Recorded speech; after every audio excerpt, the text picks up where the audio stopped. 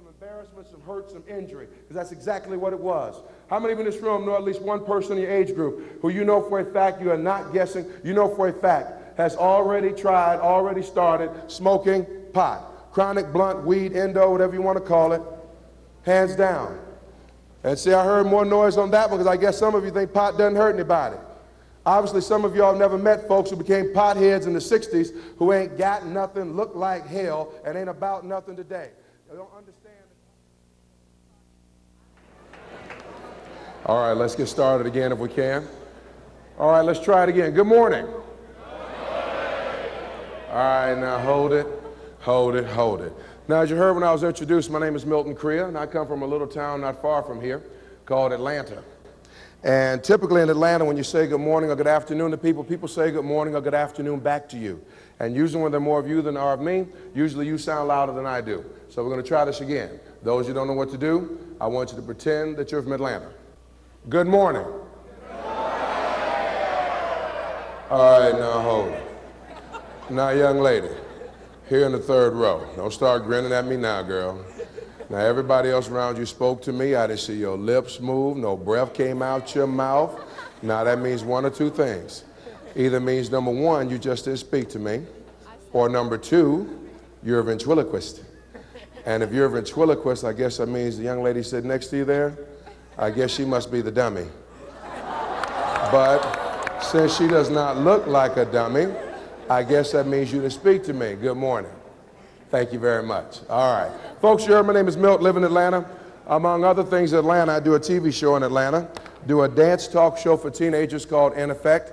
On that show, we dance, talk about a lot of different things, have a lot of guests. Well, actually, the truth is, we don't dance. The teenagers dance. I watch them.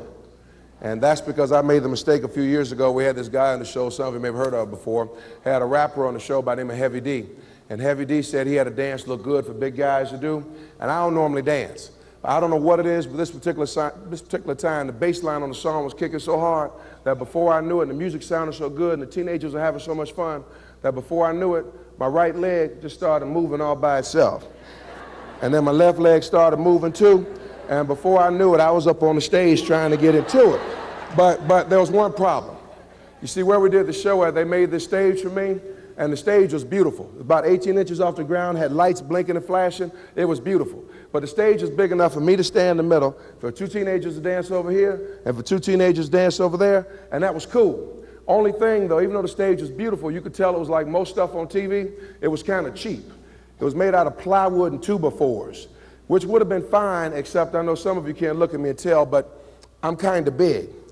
In fact, I'm about 6 feet 7 inches tall, 363 pounds, with a size 16 shoe. And so, stop looking at my feet, girl, I saw you. And so anyway, I was standing on the stage, right? And I got excited and I started dancing. And it would have been cool if I did the dance I normally do. Because normally I only have one dance move. I don't care if the song is country, western, rock, rap, makes no difference. Fast or slow, I have one move. Most black people over 40 only have one move. And this is my one move.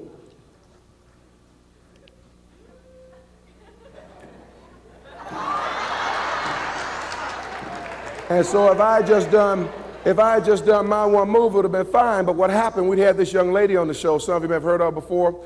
She's with a group called TLC, and she wears this black stuff under her eye. And she showed the kids on the show this other dance. And the dance she showed them, what you did was you move a little bit, and then you jump. And then you move a little bit, and you jump. And I looked at it, and I said, well, I can jump. So I started jumping. But I forgot when I went in the air that this stage was made out of plywood and 2x4s. And it was kind of cheap. And so then I really got into it. And I jumped in the air, and when I jumped, I started wiggling. Kind of looked like slam dancing, only I didn't hit anybody. And it was cool when I was in the air. But when I came down, the whole stage just shook and leaned to the right, which was still fine for me. But there was this girl dancing on the side, and sister girl was kind of thin. And when I hit that stage and it shook, girlfriend fell off the side. And so they told me I shouldn't dance anymore, so now I don't dance. Instead, I spend most of my time going around the country talking to young people, talking to parents, talking to pro ball players, really talking to anybody who will listen about this issue of drugs and violence in America. I'm going to spend a few minutes talking to you. If I can, I want to start by sharing with you something that happened a few years ago to me in Atlanta. Got a phone call. Phone started ringing about 4 in the morning, and my wife and I were already asleep. And typically when you get to be my age, phone rings at 4 in the morning, your first thought is, there's something wrong with my mom, my dad, or one of my kids. My oldest son was in college at the time. Telephone was ringing. It was on my wife's side of the bed because that's where I put the phone. She woke up, started hitting me, said, Milton, you need to take this call. When she said that, I kind of looked at my watch. I said, baby, it's 4 in the morning. Tell them to call back. And she said, Milton, no, you need to take this call. I took the phone. There was a young man on the phone. He said, Mr. Creagh, sorry to call you so late, man. He said, but I really need to talk to you. I said, all right. He said, you spoke at my school last year, and you told me if I ever needed you to call, you gave me your cards. I'm calling. I wanted to say, brother, couldn't you have called at 9 o'clock? But he sounded like he was very serious. Young man told me his name, asked me if I remembered him. Truth of the matter is, I talked to about 700,000 kids every year. I did not remember him. He then told me a little bit more about himself, told me he was 6'9", 245, played basketball for a Division I basketball program up in the state of North Carolina. Told me who his coach was, who he played for, and I did remember him. I said, okay, and he says, well, Mr. Creagh, when you spoke to our team last year, I said, there's some things I didn't tell you. I said, what's that? He said, well, I didn't tell you is I missed 1 year of eligibility playing ball because I got strung out. Coach sent me to drug treatment.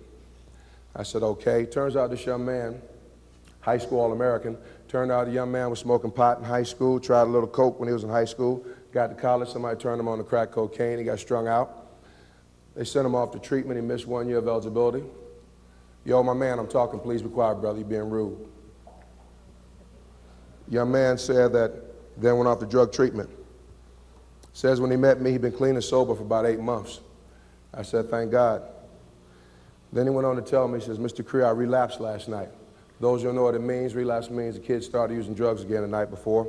Went out and bought him some rock about 8:30 that night, used it all up, went out and bought some more about 1 o'clock in the morning. Said he was calling me now, and I started talking to him about, don't worry about it, we can get you back on track, it's okay. All of a sudden, the kid started crying. He said, man, I can't let my mama see me like this again, man. I can't be a junkie again, man. I can't let my mama know I'm doing this again. Started talking about how he stole them from his mom, stole them from his grandma, how he stole them from some of the guys on the team. He said, man, I can't let Coach down like this. And I was trying to calm him down, and all of a sudden the kid said, Mr. Creagh, what I really called to find out from you, I need your opinion on something. I said, what's that? He said, right now, man, I'm sitting in my apartment. He said, I got my stem on the table. For those of you who know, stem's a crack pipe. He says it's loaded. He said, I also got my 9mm here too, and it's loaded, and I can't figure out which one to put in my mouth first. All of a sudden it dawned on me, this kid's calling me, telling me that he's about to blow his brains out, and I guess he wanted somebody to know why. I put my hand over the receiver, started kicking my wife. I said, baby, get up, run downstairs. I told her the coach's name. I said, get this coach on the phone, call him home. Tell him to get somebody over to this boy's house right away. This boy's going to kill himself. And I kept talking to the young man, trying to calm him down. Seemed like it took forever for somebody to get to his place. My wife says it only took about 25 minutes. Finally, some folks came. They came to the door. They didn't knock on the door. No, they broke the door down. When they broke the door down, the kid dropped the phone, and I could just hear what was going on in the background. He was yelling. They were yelling. And all of a sudden, it dawned on me. I live in Atlanta now, but I grew up on the south side of Chicago. And in my neighborhood in Chicago, one of the things I know, if the police come through your door and you got a 9mm in your hand, distinct possibility you are going to die. You are probably going to get shot. And I set up a silent prayer. I said, God, please don't let him shoot this boy. Please don't let this boy grab this gun. And I found myself sitting there waiting to hear a gun go off. Well, the good news is gun did not go off. Nobody shot the boy. They did tackle him, though. Sounded like they tackled him. He was yelling, get off me, man. And finally somebody came and picked up the phone after a few minutes when it got a little quiet. The guy picked up the phone, sounded a little ticked off. He said, who's this? I said, my name's Milton Creagh. He said, oh, I think your wife called us. He said, we got him now. He said, you know what, Milt? He really did have a 9mm. He hung up, I hung up. About 5 weeks later, a young man called me again. This time it was about 9 in the morning. He called me this time. He said, Mr. Creagh, man, I'd have called you sooner. But where I'm at, they wouldn't let me call anybody except my mama till now. He said, I just wanted to call and say thank you. I said, don't thank me, man. Thank God. He says, you know, I feel like if I hadn't talked to you, I might not be here right now. He said, I feel like I owe you something. I said, you do. He said, what I owe you? I said, brother, you owe me 2 things. 1, stay off the drugs. Number 2, you meet somebody who's in trouble, you be man enough to get them some help. Even if they don't want it, you get them some help anyway. He said, that's all? I said, yeah. I said, if you help somebody else, you pay me back for me helping you, we cool. He and I talked about basketball for about 5-10 more minutes. He hung up, I hung up. Never heard from that young man again. Young man plays pro basketball today. And the thing that amazes me, I told my wife what amazes me is, here this kid is playing pro basketball, and I just can't believe it. I can't believe it because I would think, you'd think he'd have called me by now. And he'd have said, yo, Mr. Creagh, listen, man, you remember that time about 4 years ago when you hooked me up? Listen, man, I want you to know how much I appreciate it. So if you go to your mailbox tomorrow, there'll be a check from me for half my salary. Or maybe it ought to be something where he says, yo, Mr. Creagh, look here, man, you go down to the United Airlines ticket counter, and there are 2 first-class tickets for you and your wife for y'all to come out here and see me play ball. But I haven't gotten any one of those calls from that guy, and it's okay. I don't want it, don't expect it, don't need it. I only want to hear from this young man to make sure one thing, that he's still drug-free, still healthy, still sober, and on the right track. And see, I tell you about this young man for one reason. You see, when I met this kid, when this kid called me that day, rather, and he was trying to get me to remember who he was, when he told me he was 6'9", 245 pounds, and where he played ball at, that's not why I remembered him. I speak to a lot of ball players, speak to a lot of pro ball players, a lot of guys over 6'9". I spoke at the NCAA Final Fours this year, a lot of folk over 6'9". That's not why I remembered him. I remember this kid, though, because of 2 words he said when he got me on the phone that morning. He said 2 words made me remember him. He said, salad bar. He said, do you remember the salad bar? And as soon as he said that, I remembered him. Because when I went to speak at this kid's school, after I spoke to the ball players, I went back to my hotel room, and I got to confess, I got hungry. Brothers who weigh 363 get hungry on a very regular basis. And so, I don't know why you chuckling over that, brother. You look like you get hungry a lot too, okay? All right. But I went and I got hungry, and after I got hungry, I decided to go get something to eat. So I went to one of my favorite places, went to a little restaurant, one of my favorite places. Maybe you heard of it before. A little place called Wendy's. And when I got to Wendy's, I wanted to get something to eat, and so I ordered myself a burger. And I didn't get one of those little wimpy burgers like little dainty ladies like you may get. I got a real serious man's burger. I got the one with 3 pieces of meat, 3 pieces of cheese, all the tomatoes and all the lettuce and pickles you could smash on that bad boy. And then you take the bun off and you pour some of that chili on the top of it, because it's good. Oh, you're looking at me like that. I'm gonna eat it, not you. And then it comes with a big order of fries, so I had to get some chili, because I like to dip my fries in the chili. And then you get a great big Frosty, because if you let those bad boys melt just right, it's a perfect milkshake. And I had my little snack, and I was sitting in the back of the Wendy's minding my business. And this kid comes in, 6'9", 245, shoulders out to here, little bitty small waistline, kind of like a woman's, muscles everywhere. And then how come guys with muscles like that won't wear clothes? He had on some little shorts and a little muscle tank top doing like this with baby oil on. And he's at Wendy's walking like this.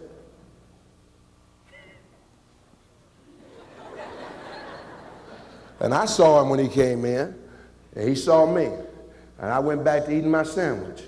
And then the brother looks over at me, won't mind his business. He looks over at me and he goes,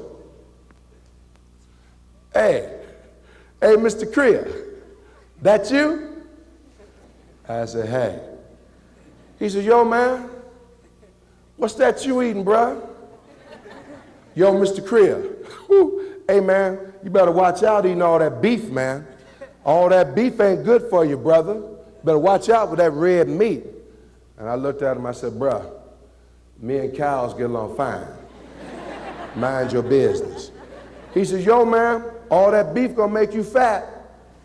I said, bruh, you a little late. He said, yo, man, you gonna get fatter. I said, bruh, my fat need company. Mind your business. All right? And then I'm sitting there eating my food, and what does he do? He starts laughing.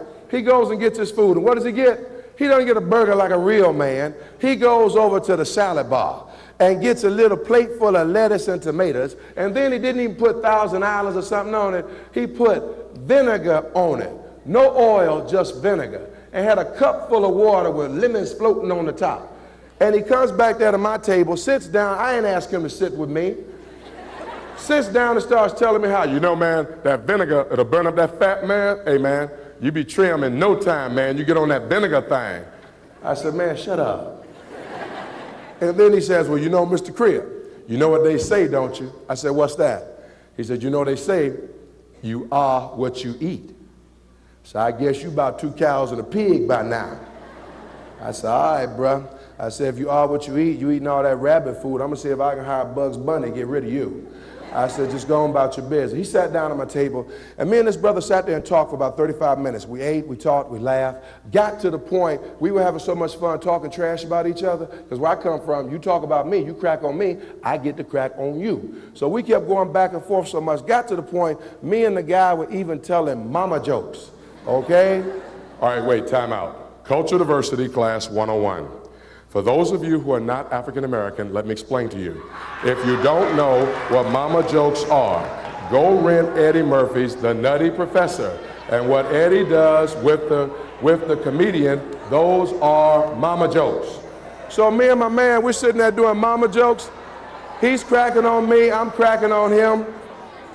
And then finally, after a while, we're sitting there eating and cracking jokes on each other for about 40 minutes. And the reason I tell you this is in the 40 minutes me and this man are sitting there talking, not once can I look across the table at this guy and say, you know what, I bet this kid is strung out. Not once can I look across the table and say, you know what, I bet this kid used to use drugs. Not once can I look across and say, I bet he was a crackhead. Not once can I look across and say, I bet this kid's in trouble. And you know why? Because you can't just look at people and tell.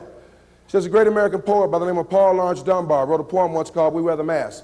Part of what Dunbar said in that poem. He said, we wear the mask that grins and lies, that hides our cheeks and shades our eyes, and why should the world know otherwise? We wear the mask. Part of what Dunbar was saying in that poem, he said that sometimes when you're scared, sometimes when you're hurting, you don't always want everybody to know your business. And so sometimes we fix our face to look like everything is cool, even though it may not be, and I'm convinced that's true. How many of you in this room can think of at least one time in the last year or so that there was something bothering you, but you really didn't feel like discussing it, particularly with people whose business it was not? Anybody? And so how many of you really did not want somebody coming up to you saying, what's wrong? How many of you put that look on your face, the one that said, don't talk to me, just leave me alone, go on about your business? You ever done that? Okay, now how many of you did that, and some idiot still came up to you and said, what's wrong? How many of you then lied and said, nothing? Now, you know what that means you did? Darling, if you did that, you know what it means? It means you sat right there and you put your mask on. You're guilty. Now, I got to tell you, I don't know how many of you noticed this, but I have.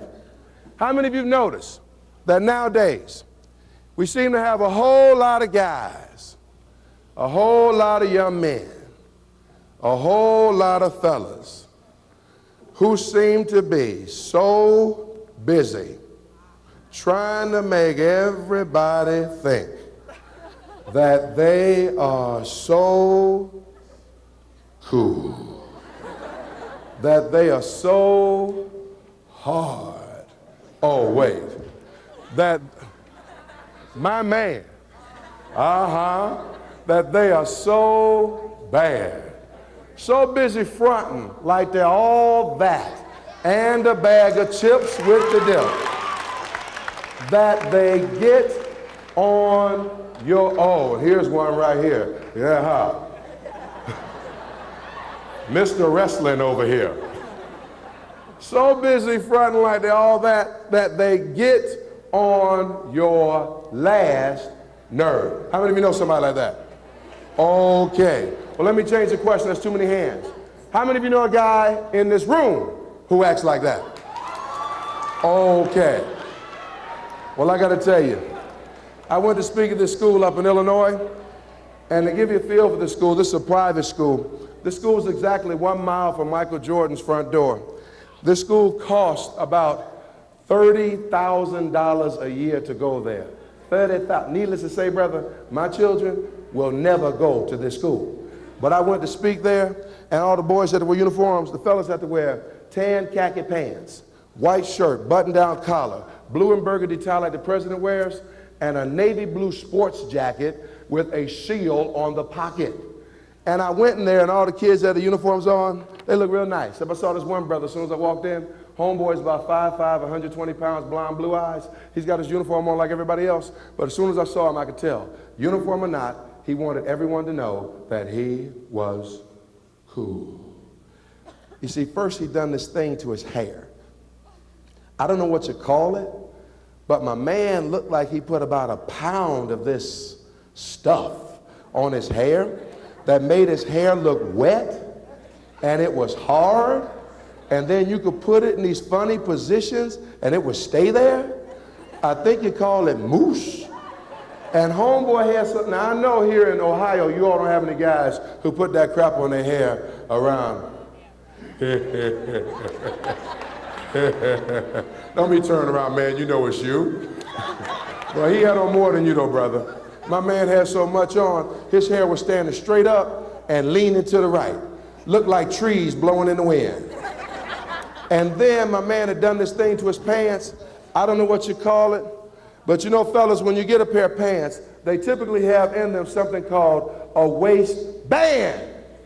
And it's supposed to go around your waistline. But homeboy, instead of his pants being up here where they were supposed to be, they had kind of slipped or tripped or something. Because instead of his pants being here, homeboy's pants had kind of, okay.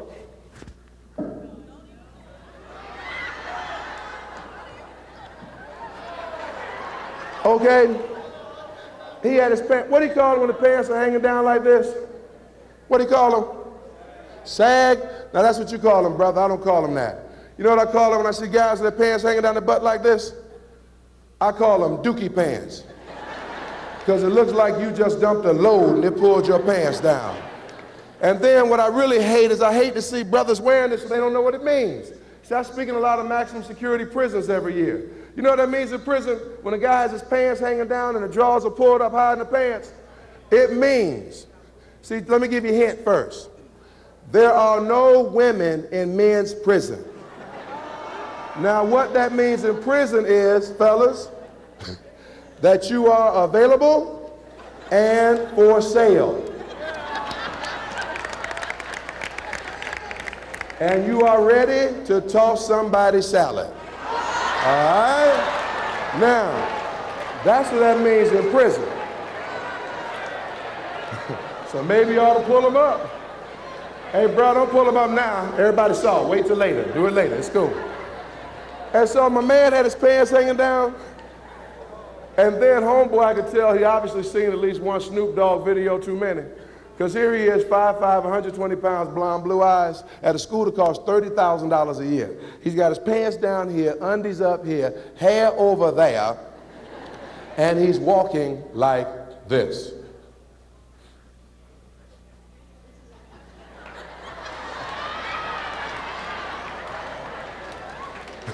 And so when I saw him, I couldn't help it. I just started laughing because he looked stupid. But he's so busy trying to look like he's so tough, so busy trying to look like he's so bad, so busy trying to look like he's from the hood, and he doesn't even know what a hood is. So busy fronting like he's something he's not. I started laughing, but I didn't want to see me laughing. But when I laughed at him, he caught me laughing. Now sometimes this might catch you laughing. He caught me laughing. When he caught me laughing, he gave me one of those looks. Those looks guys give you, they want you to know they're about to jump on you. Now keep in mind, I am 6'7", 363. He is 5'5", 120. In other words, he weighs about as much as my arm, okay? And homeboy looks at me like he's mad at me. He looks at me, he goes like this. And I guess I was supposed to get scared. But before I could get scared, I thought about that movie. How many of y'all saw that movie, Lion King? All right, you remember that part on Lion King? Remember those 3 hyenas were there? And they talked about what happened whenever they heard Mufasa's name. And the one hyena, he said, whenever I hear that name, Mufasa, I just go, ooh. And I guess when my man looked at me like he was mad at me, I'm supposed to punk out and I'm supposed to go, ooh. But all I could do is laugh because he looked stupid. But he's so busy trying to look like he's so tough, so busy trying to look like he's so bad. You know what he was doing? He was putting on his mask. And you know what I can tell you guys? Every one of you's put on a mask before. Maybe not about being cool or being tough, but every one of you's done it before. I can prove it to you about that quick, asking one question, please tell the truth. Now, I know a lot of you in this room are too cool to raise your hands, but tell the truth. How many of you in this room can think of at least one time in the last year that you were ticked off with either your mom, your dad, or one of your teachers? Anybody? All right, wait, that's too many hands. Sister up there, put up both her hands. Let me change the question. How many of you in this room can think of at least one time in the last year you were upset with either your mom, your dad, or one of your teachers, but you thought it was smart to not let them know right then just how upset you really, really were? Anybody? Oh, no, brother, you didn't do that, did you? You did that. You know what that means you did? That means you sat right there and you put your mask on because you don't want them to know what's going on inside of you, man. You guilty. I'm guilty, too. I got 4 kids.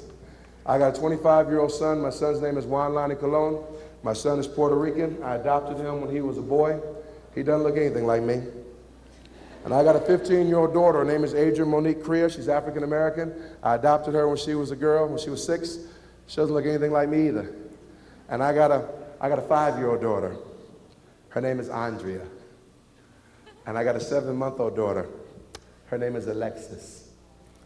And I got them the old-fashioned way. But thank goodness for them, they don't look like me either. They both look just like their mama, but you can tell they're mine because they're kind of tall. You see, I'm 6'7". My wife is 4'11". Oh, shut up. Short people need love, too. My wife is short. But I got to tell you, my daughters, though, they're kind of tall. Oh, my 5-year-old, back when she was 4, we took her to the pediatrician about 6 months ago. She just turned 5 about a week ago. Pediatrician measured her, says she's going to probably get to be between 6'3" and 6'5". Girlfriend, when she was 4 years old, measured in at the doctor's office at 4 feet, 3 inches tall at 4. She weighs. She tips the scales, and I do mean tips. Girlfriend tips the scales at a whopping 75 pounds. Oh, she's a whopper. But she loves her daddy so much because usually daddy's on the road 4 days and home 3 days. And when I come home, she's so excited that daddy's home. She's so excited that I'm there that she'll wake up real early in the morning on Saturday because I get in late Friday night. She's already in the bed. Girlfriend will get up Saturday morning about 4:30 in the morning. She'll come to me and her mama's door. She'll peek in and she sees daddy and then she gets all excited because she's a daddy's girl. So she'll stand right next to the bed. She'll stand by the door first and she'll look over at me and she'll get excited. You know how little kids are? She'll stand there and she'll go. And if I don't wake up, she comes a little closer. If I don't wake up, she comes a little closer. Now, she will not yell because she does not want to wake up her mother because she knows how mothers are at 4:30 in the morning. Mothers lose their mind, okay? Now, as a teacher over there by the door looking at me as if she wants to say, Milton, that's a sexist comment. I tell you what, Teach, you wake my wife up at 4:30 in the morning on a day she doesn't have to get up. That little short woman I'm married to will go off on you, okay? All right. How many of y'all got a mama like that? Tell the truth. All right, my daughter knows she don't wake up mama, but she wakes up daddy, so she'll come right next to the bed. Bro, she'll come right next to the bed, she'll look at me and she'll go, daddy. And if I don't wake up then, my 75-pound daughter will then climb on the bed. She will stand in between me and her mother. She never does this to her mother. That's sexism. She gives me one more chance. She'll look down at me and she'll go, daddy. And if I don't wake up then, my 75-pound daughter will then jump in the air. The child pulls in her knees. And then she lands, knees first, on my chest. And when 75 pounds of knees hit you in the chest, brother, you wake up. You're just not real happy. But I gotta tell you guys, about a year and a half ago, my daughter was still 3, and girlfriend came in the room and tried to wake me up, but I didn't wake up. And so she climbed on the bed like she normally does. She stood in between me and her mama like she normally does. She jumped in the air like she normally does. Pulled her knees in like she normally does. But this time when she did it, well,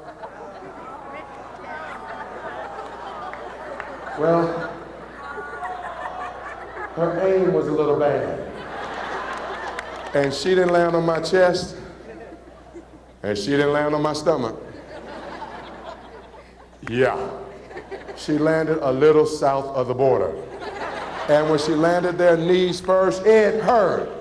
And so I did what any other father would do, did what any other man would do. You know what I did? I cried. But before I cried, I kind of jumped. She landed, and I went, oop. And you think girlfriend would have fallen off? No. Girlfriend had grabbed onto my pajama top, holding on like she's in the rodeo. Then she looks down at Daddy. I'm in pain. She looks down at me, starts grinning, and goes, "Morning, Daddy." And I looked up at her and I said, "Oh." And she said, "How you feeling?" And I said, "Oh." And she said, "You want to look at Barney?" And I said, "Oh, go turn it on." And I told her to go turn it on because I wanted her to get off. Child didn't get off. She had the remote control. But see, guys, here's the kicker. When my daughter jumped at me like that, you know what I know? My daughter wasn't trying to hurt Daddy. All my daughter was trying to say is, "Daddy, I love you, I miss you, let's play." But if I look sad, if I look mad, if I look hurt, if I look angry, you know what my kid would have done when she was 3? She'd have cried. And because I didn't want my daughter to cry, you know what I did? I did the same thing you did, brother. I sat right there and I put my mask on because I didn't want her to know how I was feeling inside because I was in pain. But folks, I got to tell you something. I did that for my daughter when she was 3. Now that she's 5, thank God, she doesn't jump on me anymore. But sometimes I still put on a mask for her at 5 years old because she's a kid. But let me tell you what bothers me. See, I go around this country and I talk to too many young people like yourselves, too many folks like your parents, sure enough, too many folks like some of your teachers. When it comes to drugs and alcohol, everybody acts like no big deal. Everybody puts on their little mask like no big deal. And we're in so much trouble in this country right now, it is absolutely frightening. But we keep wanting to wear that mask. I look at you and I get scared. What's your name, my brother? In the gray shirt there, standing next to the young lady, sitting next to the blonde right there. What's your name? Joe. Hey, Joe, stand up. How old are you, Joe? You guys give Joe a hand for me, please. Hold on. That's about the wimpiest hand I heard in a long time. Y'all give Joe a better hand than that.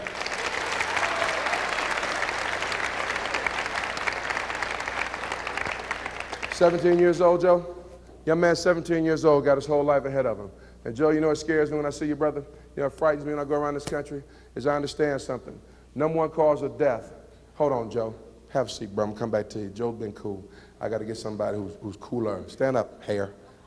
Come on, man. Man with the hairdo alive. I'm sorry, brother. I was talking about that hairdo and I just saw it, so I want everybody to see it. What's your name? Chris? Y'all give Chris a hand, please. Stay up a minute, Chris. See, I had Chris stand. Stay up, brother. I had Chris stand up for one reason. How old are you, Chris? 17? Young man, 17 years old, got his whole life ahead of him. One of the reasons I wanted Chris to stand up, it wasn't just your hair, Chris. I'm just joking with you about your hair. But I had Chris stand up for one reason. Chris, one of the things I understand, brother, is that right now in America, number one cause of death of young white males your age, number one cause of death of young white males his age, number one cause of death of young white males between the ages of 12 and 19, Chris, number one cause of death, drug and alcohol-related accidents. Number 2 is murder. Number 3 is suicide. And everybody acts like it's no big deal. And you know, Chris, when I mentioned drug and alcohol-related accidents being the number one cause of death, Chris, I'm relatively sure there's some folks in the room right now who said, "Hey, all Chris got to do is get himself a designated driver. Friends don't let friends drive drunk." Obviously, Chris, those are stupid people who didn't hear me. I did not say drunk driving crash. I said drug and alcohol-related accidents. See, Chris, about 4 years ago, I was down in a little town in Texas. Spoke at a school there. Some kids up there came and told me about a friend of theirs, 17 years old, white male. This kid was captain of the football team, president of the National Honor Society. He never got to hear me speak, though. No, he didn't cut class or anything like that. No, he didn't get to hear me speak because about 3 months before I got there, Chris, they played a football game. Played against a team they hadn't beaten in something like 7 years. Beat this team to tears. And after they beat them, everybody wanted to celebrate. How'd they celebrate? One of the kids on the team, his dad let everybody come over. Dad went out and bought a couple kegs of beer. Let the kids have a keg party. Because his daddy seen those commercials about mothers against drunk driving. Dad decided he didn't want anybody to have an accident. You know what Dad did? What Mom and Dad did? Every kid who drove up, they met him out in the car and said, "Young lady, let me get your car keys. Young lady, let me have the car keys. Young man, let me get your car keys." Took everybody's car keys, nobody would drink and drive. So you know what, Chris? Nobody did any drunk driving that night. Isn't that great? Unfortunately, one thing the parents didn't think about, some of the boys on this football team had seen this stupid movie. And in this stupid movie, some college football players, to prove how courageous they were, laid down in the middle of a road. So about midnight that night, 12:15, about 13, 14 kids left that party, Chris. They walked about 5 blocks away, 2-lane highway there. This one kid, captain of the football team, I guess he had to prove he was the most courageous. He laid down, 2-lane highway, you know, the little yellow line in the middle divided the lanes. Homeboy laid down in the middle of the lane. Other kids on the side of the road, everybody brought the beer with them. Everybody's having a good time. Everybody's laughing and clapping and joking. Witnesses say, Chris, the kid laying in the middle of the road, he was clapping and laughing too. Everybody laughed and clapped and joked, though, Chris, until this van came. Because, see, when the van came, I can tell you what the van driver saw. I guarantee the van driver never saw the kid in the middle of the road. It was too dark. But he did see a bunch of kids on the side of the road, pretending to push each other in traffic, playing on the side of the road, pretending to run into traffic. You know what he did? Did what any other driver would do. He saw no traffic coming from here, saw nobody in the middle of the road. He saw people playing on the side of the road here. Guess what he did? He moved over to give himself extra room in case somebody over there accidentally came into the road. He moved over just enough for the front left tire of his vehicle to go over this boy's body. Broke some ribs. One of the broken ribs punctured his heart. Kid bled to death in less than a minute. When his mama buried him, the kids there tell me she couldn't even have his casket open at the funeral to let him see him one last time. How come? Because after the boy's body got hit, part of the boy's body went under the van while the man was trying to stop. Man slammed on brakes. Van started skidding. At one point, the boy's face went between pavement and wheel, pulled most of the skin off the boy's face. He's just dead as he can be, Chris. That's drug and alcohol-related accidents, brother. Federal government says there's no one cause of death of young men like you, but not to worry. By the year 2000, 3 years from now, early into the next century, you know what we know? Number one cause of death of young white males like yourself, early into the next century, will no longer be drug and alcohol-related accidents. Nope. Within the next 3 to 10 years, number one cause of death of young men like yourself is going to be murder. And please understand something, Chris. When young white males get murdered, you know what we know in this country? You won't have to worry about getting murdered by a black brother. You won't have to worry about getting murdered by a Hispanic brother, Asian brother. All the studies tell us when a young white male gets murdered, teenager, in over 90% of the cases, Chris, he'll get murdered by another young white male he's known for the previous 3 or 4 years, who's probably called his friend. You know what my question becomes? Why in the world would a friend kill a friend?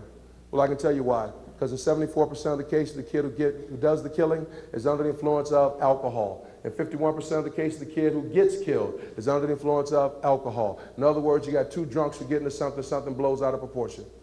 That'll be number one cause of death soon. Have a seat, Chris. You see, I go around this country and I see so many of them, and I got to tell you, it's frightening because everybody wants to act like it's all no big deal. You know what bothers me, Chris?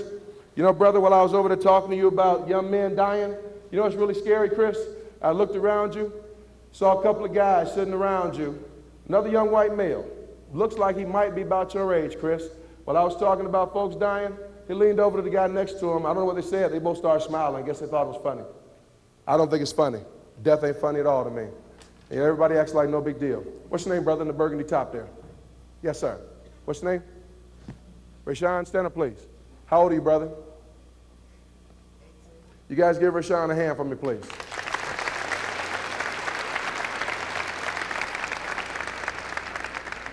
I have Rashawn stand up for one reason. Young man's 18 years old, got his whole life ahead of him. Rashawn, you know what scares me, brother?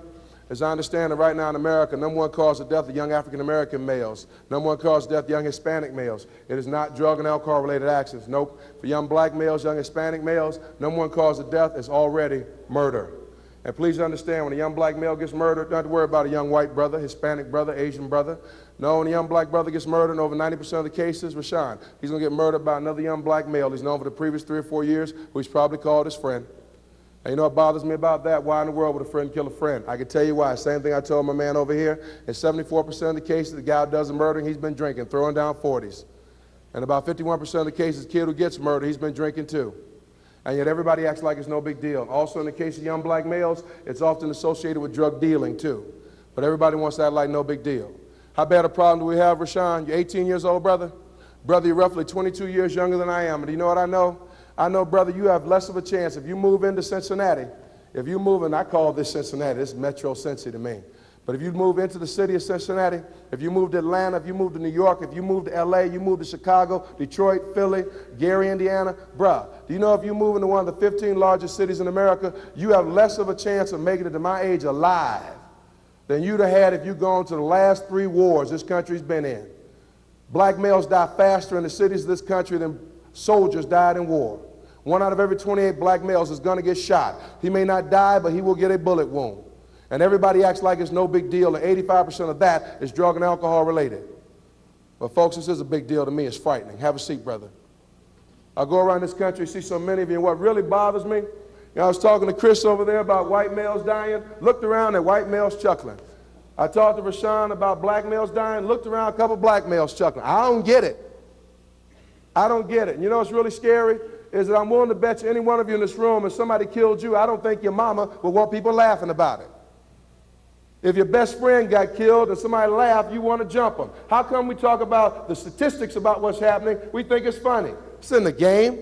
What's your name, sister? Tracy, stand up, please. How old are you, Tracy? I'm 16. You guys give Tracy a hand, please.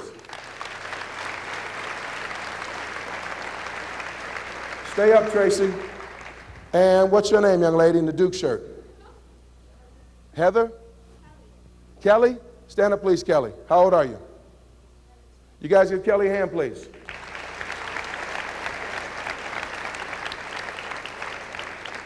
And young lady right here, what's your name? Yes.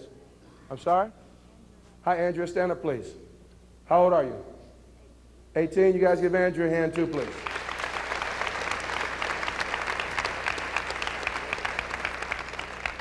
And sister girl right here. What's your name? Another Andrea. Stand up, please. How old are you? 18. You guys give Andrea a hand, please. You should have these 4 young ladies stand up for one reason. Had these 4 young ladies stand up because one of the things that scares me right now and one of the things that frightens me. Well, y'all coming down, let's make this quick, gentlemen, you're in the way.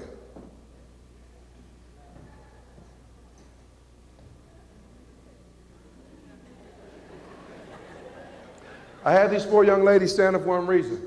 You see, one of the things that scares and one of the things that frightens me, folks, so I go around this country, is that right now in America, we know 1 out of every 4 females in this country. Makes no difference what race they are, makes no difference what ethnicity, what language you speak, whether your mom and daddy have money or don't have money. 1 out of every 4 females in this country, 1, 2, 3, 4. 1 out of every 4 is going to be sexually assaulted, sexually molested, or raped by the time she reaches the age of 18. And we know in a town the size of Hamilton, in 83% of the cases, the guy who does it to her, he will be under the influence of alcohol. But everybody acts like no big deal. And what's really scary is that I just mentioned that, and it's frightening to me. I've just mentioned 1 out of 4 girls getting sexually assaulted, sexually molested, or raped. And I looked over here, saw a young lady who was smiling. There's nothing funny about that, folks. 1 out of every 2, 1, 2, don't know which one. 1, 2 is going to be beaten, blooded, or brutalized by a boyfriend, husband, or live-in lover. In other words, ladies, some man who says he loves you is going to beat you down. Happens every 16 seconds in this country. It is the #1 cause of death of black women in America up to age 44. It is the #2 cause of death of white women in America up to age 44.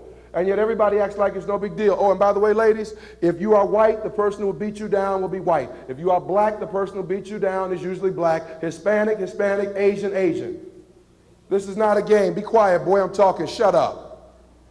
Please understand something.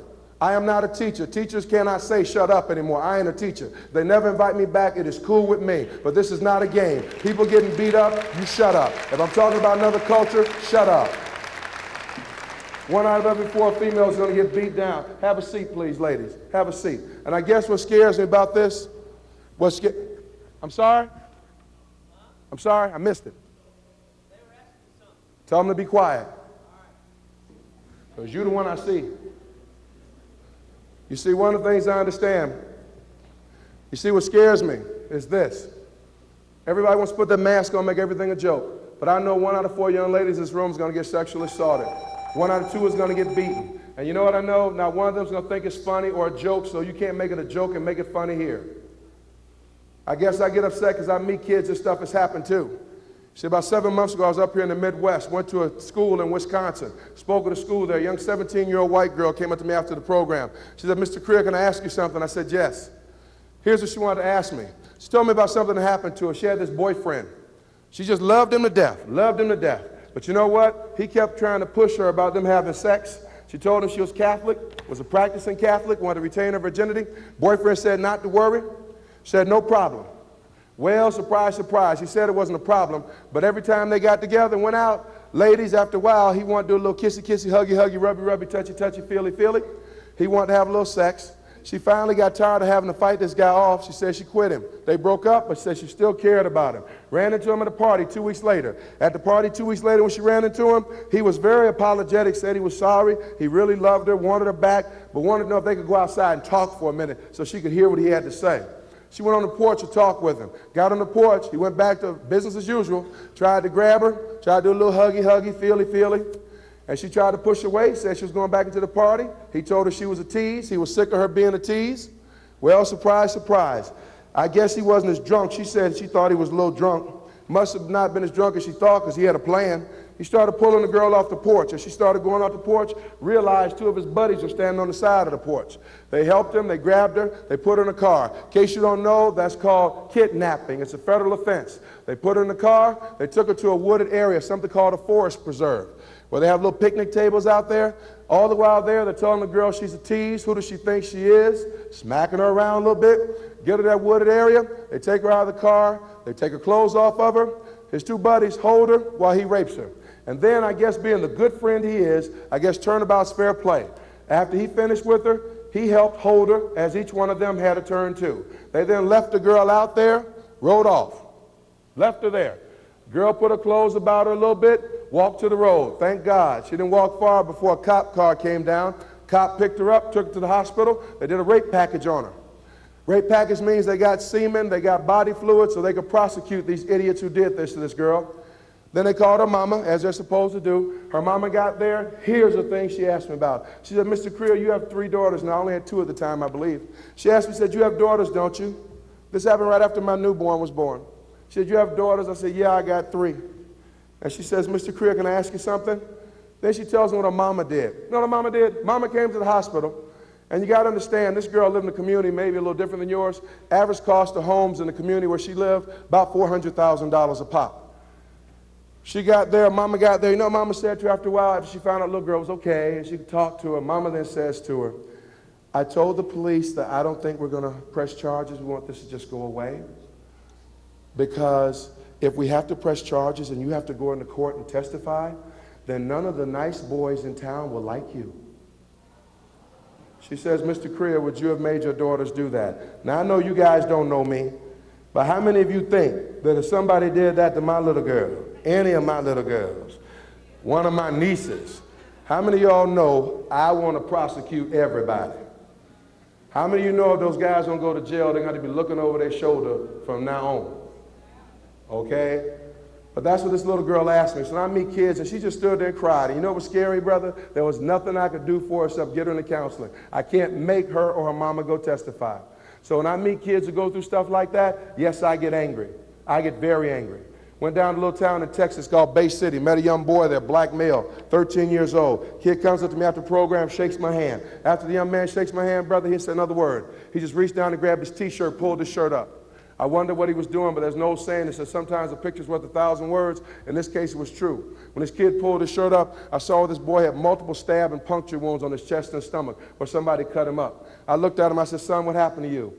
Went on to tell me his mom and daddy got divorced about 3 years before that. Daddy got one of those new kind of divorces. You know the kind. Leave your wife, forget you have kids, just disappear. Deadbeat. Daddy was a deadbeat. Mama didn't worry about it. Mama didn't miss a beat. Mama had a full-time job, got a part-time job to go with it, supporting herself and the kids. But see, Mama on one of the jobs met this guy like Mama, started asking Mama out on dates, started giving Mama a little money, helped Mama pay the bills. Mama let him move in. No, Mama didn't marry him, but she let him move in. Man moved in. Mama found out something. Man was an alcoholic. Apparently, when he left, he went someplace and got drunk. Came back about 1 o'clock in the morning, took his key, tried to get in the door. Thank goodness Mama had apartment people change the locks on the door.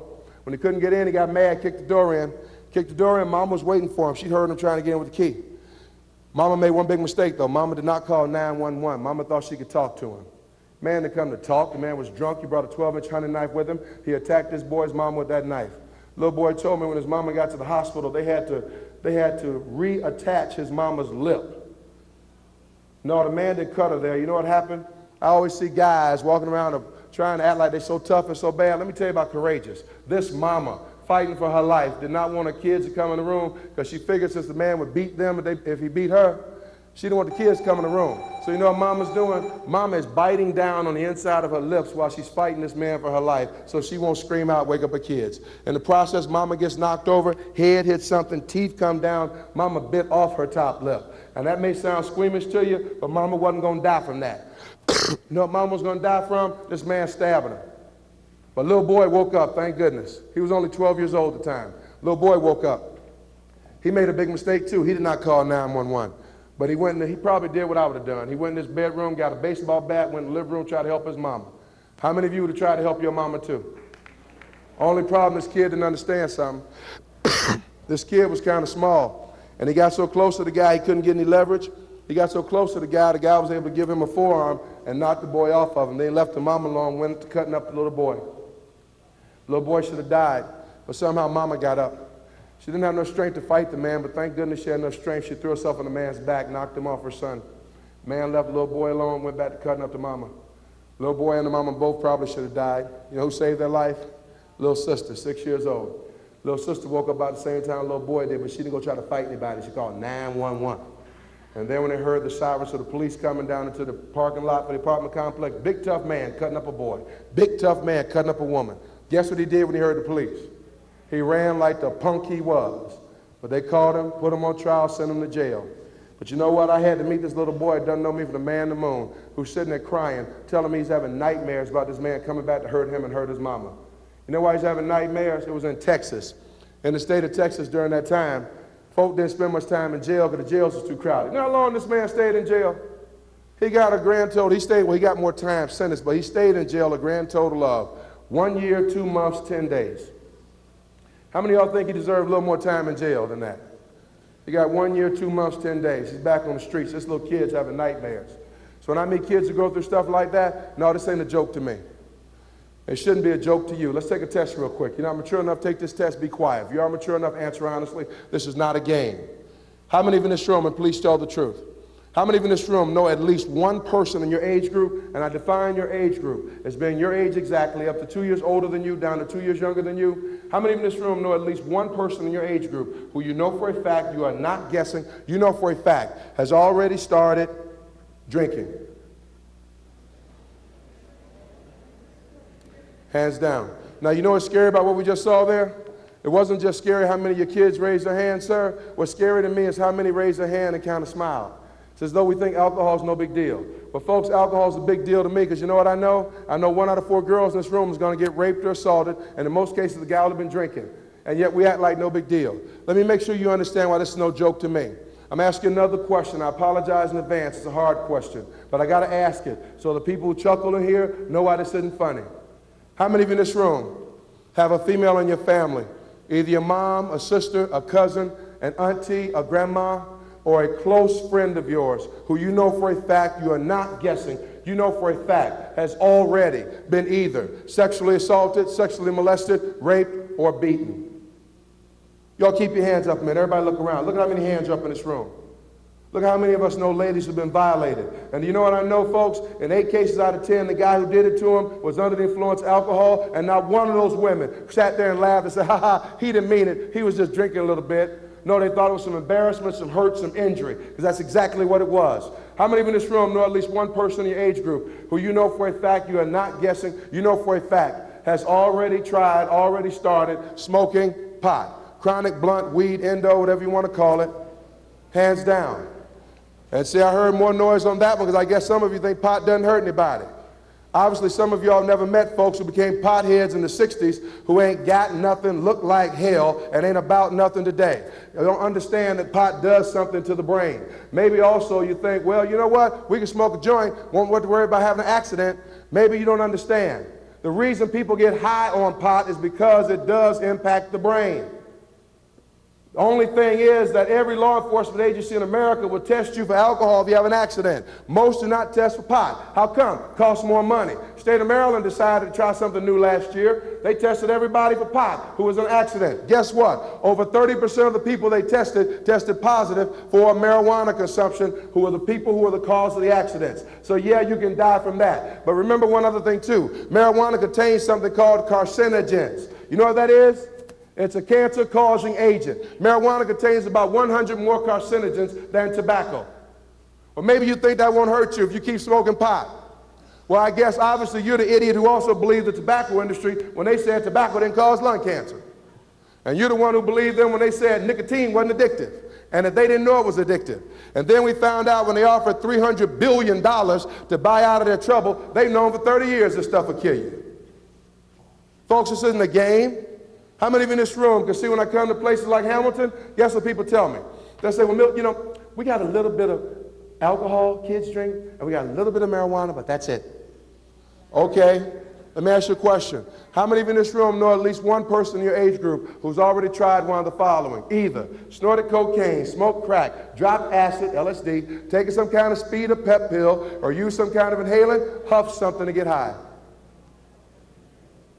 Hands down.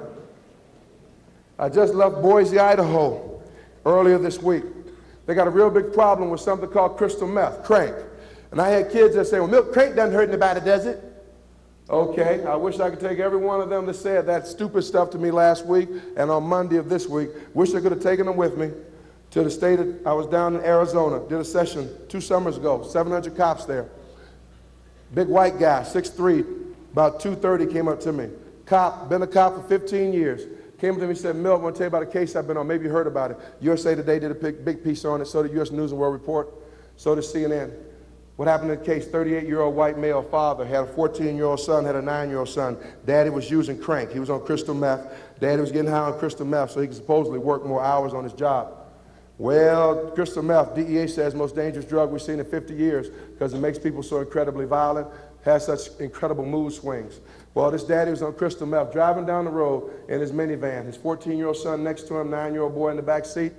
Daddy in the middle of driving down the road determined that the devil was in his 14-year-old son. Daddy had a knife in the van, took his knife out, started reaching across the street, slashing at his son. Son pushed himself against the door to get away from Daddy. Daddy got mad, pulled off on the shoulder of the road. Before the boy could get out his seatbelt, Daddy grabbed him, started stabbing him. Cops say 14-year-old boy saved his 9-year-old brother's life. He kept yelling for his 9-year-old brother to get out and run. Thank God 9-year-old brother did. See, Daddy stabbed the 14-year-old boy to death. And after he stabbed him to death, I guess he then decided the devil was still in the boy. Daddy then took the knife and started hacking away, completely cut the boy's head completely and totally off. Then Daddy started driving down the road after his 9-year-old son, because the devil was in him too, rolled the window down. I guess the boy's head got in the way. Daddy threw his 14-year-old son out on the highway. I met the cop who had to put up yellow crime scene tape around it. You know this great big old 6'3", 230 cop who'd been in law enforcement for 15 years? You know what he did when he told me the story? He stood there and he cried like a baby.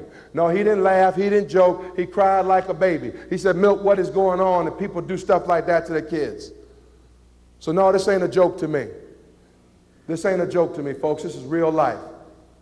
How many of you in this room? Hard question. How many of you in this room? Government says 1 out of 4 of you. I think they're wrong. How many of you in this room have someone in your family who you love, either mother, father, brother, sister, uncle, aunt, grandmama, granddaddy, or a first cousin that you're very, very close to? How many of you in this room have someone in your family who you love, who you know for a fact, you are not guessing, you know for a fact, either has a serious drinking problem? They don't just drink a couple of beers. They get drunk and they do or say things that hurt people in the family, or they use some kind of illegal drug.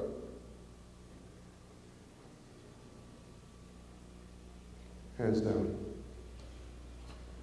Folks, I came here to tell you one thing, and this is it. If you have someone in your family who's in trouble, you need to get them some help. If you have a friend of yours who's in trouble, you need to get them some help. If you do not know what to do, that's okay. But it is not okay for you not to try. If you don't know what to do, you start by talking to someone. If you don't know who to talk to, start by talking to one of your parents. If it's done with the problem, go to another adult in the family. If you can't talk to them, come to school, talk to one of your teachers. If you think your particular teacher doesn't have a clue, they may not. Go find another one. Talk to a counselor, talk to a coach, talk to the principal. Bottom line, you find somebody to talk to. Before I leave your town tomorrow, you talk to me. This isn't a game, folks. You need to find a way to get your friends and people you love some help, because this stuff kills people, and some of you already know it.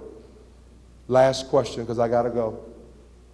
How many of you in this room, and you tell the truth, how many of you in this room have someone in your family or a good friend of yours who has already been killed or has died in something drug dealing, alcohol, or gang related?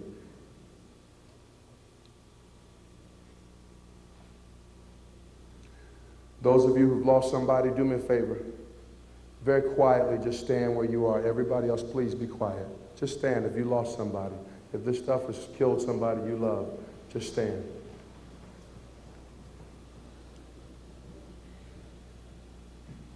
Folks, look at how many of us this stuff has already impacted, and we keep acting like it's no big deal. Folks, do you understand this is frightening? This isn't a game, this is frightening. Sister, how old was the person you lost? 20, male or female? Black, white, white? 20-year-old guy's not supposed to be dying. 20-year-old guy's supposed to be going to college, thinking about getting married, not dying. Rashawn, how old was the person you lost? 18, male or female? Black? 18-year-old guy's not supposed to be dying. 18-year-old guy's supposed to be playing ball, thinking about who to take to the prom, not dying. How old, brother? 19, male or female? Male, black, white, white. Folks, don't you get it? 19-year-olds aren't supposed to be dying. How old, sister? 24, male or female? Male. How old, brother? 20, male or female? Male. How old, brother? 17? Male. How old, sister? How many were there? 3. How old? 17, 19, 14. How old, sister? 22? Male or female? Male. How old, brother? 20, male or female? How old, sister? 16, 15, male or female? How old, brother? 21, male or female? How old, sister? 3 of them? 19, 18, and 7. How old, brother? 20. How old, brother? 34. How old, sister? 17. How old, sister? 24. How old, sister? 21. Y'all have a seat. Folks, do you realize not one person I asked, name somebody my age. Do you understand that it's too young to die? But that's what dope's doing. But we act like no big deal. Some of you already planning on getting high prom night. Some of you already collecting money to get high. How many of you know somebody who's already started putting some money together with some other folk, either to get something to drink or to get high on prom night or graduation night? But we act like it's no big deal. Well, folks, I want you to ask yourself a question. Those of you who think you can get high, do whatever you want. I'm asking you one question. You don't have to answer it to me. Answer it to yourself. What makes you so different that many of us can stand up and have lost somebody?